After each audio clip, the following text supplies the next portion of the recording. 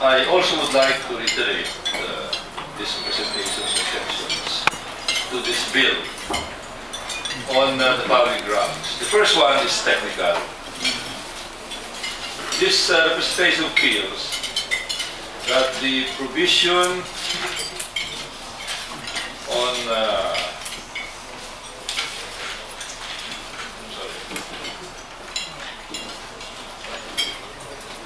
the provision section 7, acquisition and installation of metering or monitoring device, is something that I cannot technically comprehend.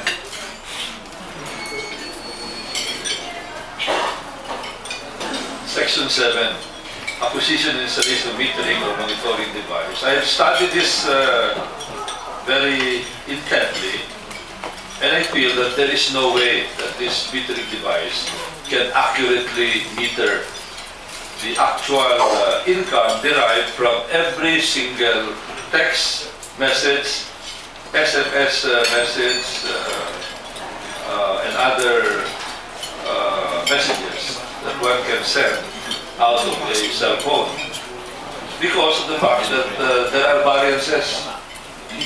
There is no way, from the briefing that I've been getting, that this metering device can detect exactly how much is the rate on that message. So this is not going to be a very accurate metering device, and therefore it is going to be superfluous, and it will not help. Anything that is inaccurate will not help in determining what is the revenue due the government. The best, in the opinion of the representation, is still point of sale, which is to derive, to determine revenue out of the phone cards, out of course, it's built in the statements being sent to subscribers, out of electronic loading, which can also be monitored better than monitoring the messages, and attaching a particular revenue to that message. So, on that technical ground. The other reason, Mr. Chairman, is on economic grounds. It is also the position of this representation that while the no pass-on provision is a very well-meaning provision, we all know that in the long run, there's going to be pass-on. Because in the long run, the telcos will have to go to the government and seek adjustments. And when telcos ask for rate adjustments, the government will be looking at gross revenue, net revenue, costs, etc. And this item will be a cost item. And at the end of, at the bottom line of the rate-making process, Mr. Chairman, this will determine what is the effective rate of return on rate base being enjoyed by the companies, by the telcos. And therefore, this is going to be passed on. Now, the other economic consideration is that the text messages, Mr. Chairman, if you look at the composition of who are the texters in this world, these are not, well, maybe Congressman Suarez, maybe Congressman Golez, maybe texting a lot because we are in politics. We send a lot of text messages.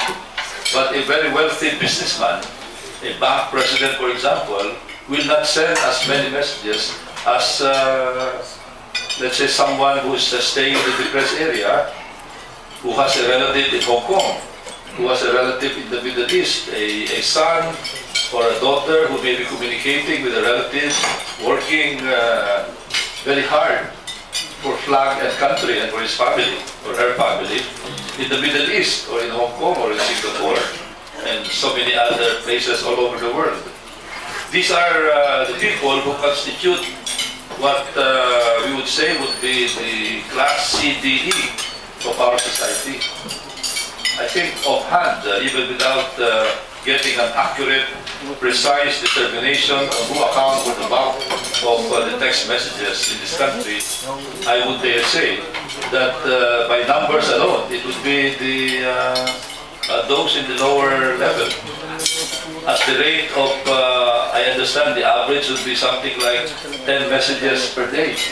That is the reason why the estimate is that there are 400, there are at 40 million, there are 400 million text messages a day.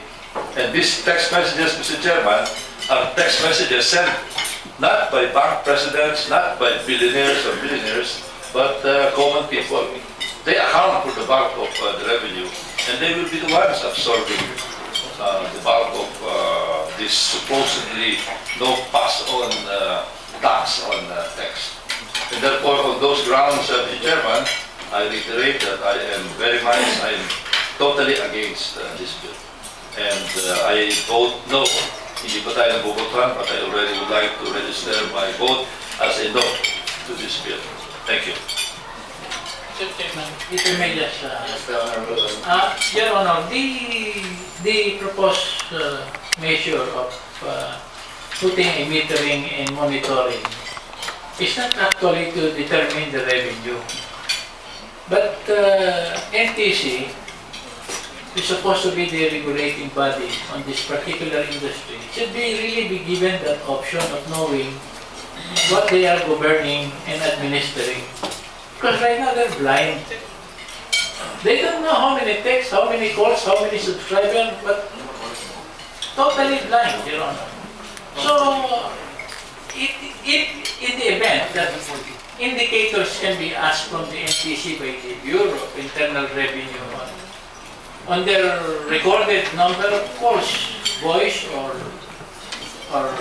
text, it's purely for indicators and records purposes. I do agree with you.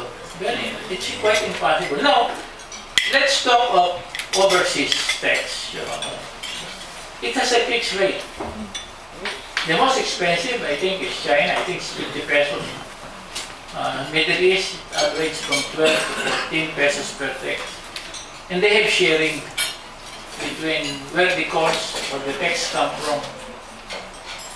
I'm not saying that the telcos are cheating on this by not reporting actually what's their share.